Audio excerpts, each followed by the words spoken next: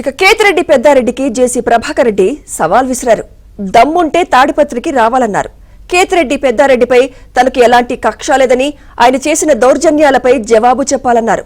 High court order ఉంటే తాడిపత్రి రావచ్చని, కానీ YCP హయాంలో న్యాయస్థానం ఆదేశాలున్నా టీడీపీ నాయకులను రానివ్వలేదన్నారు.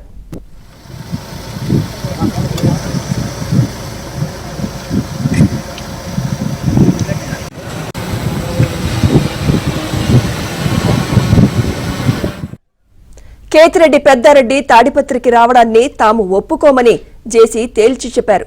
ఎవరెన్ని అనుమతులు ఇచ్చినా పెద్దారెడ్డిని రానిచ్చేది లేదని చెప్పారు.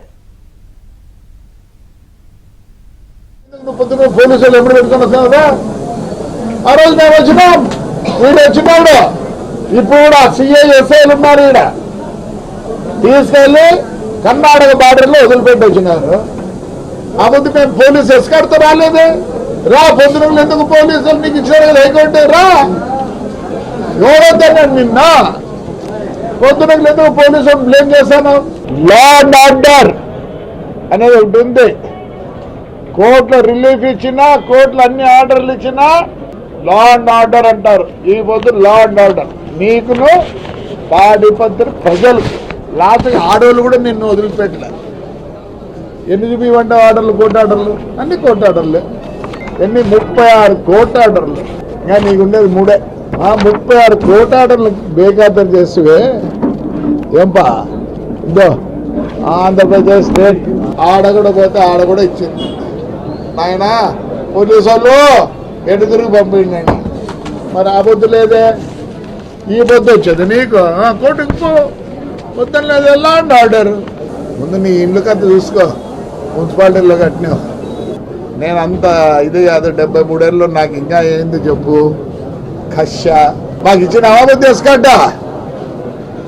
ఆ రోజు లేరు గన్మెన్లు, ఈ రోజు లేరు గన్మెన్లు.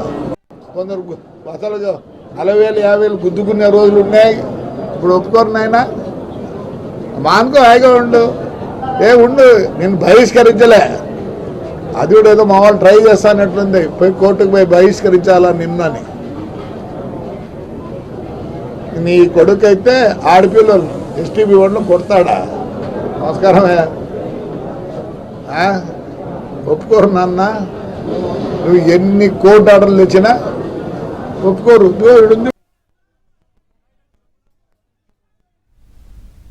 ఇక హైకోర్టు ఆదేశాలతో కేతిరెడ్డి పెద్దారెడ్డి తాడిపత్రికి వెళ్తుండగా పోలీసులు అడ్డుకున్నారు.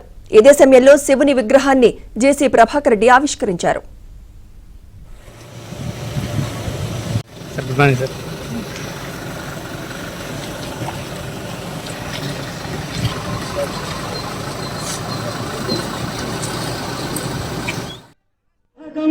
కరళాభిరామో వారాణసీపురపతిం భజ విశ్వనాథం. వారాణసీపురపతేస్తవనం శివస్య వ్యాసోక్తమస్తకమిదం.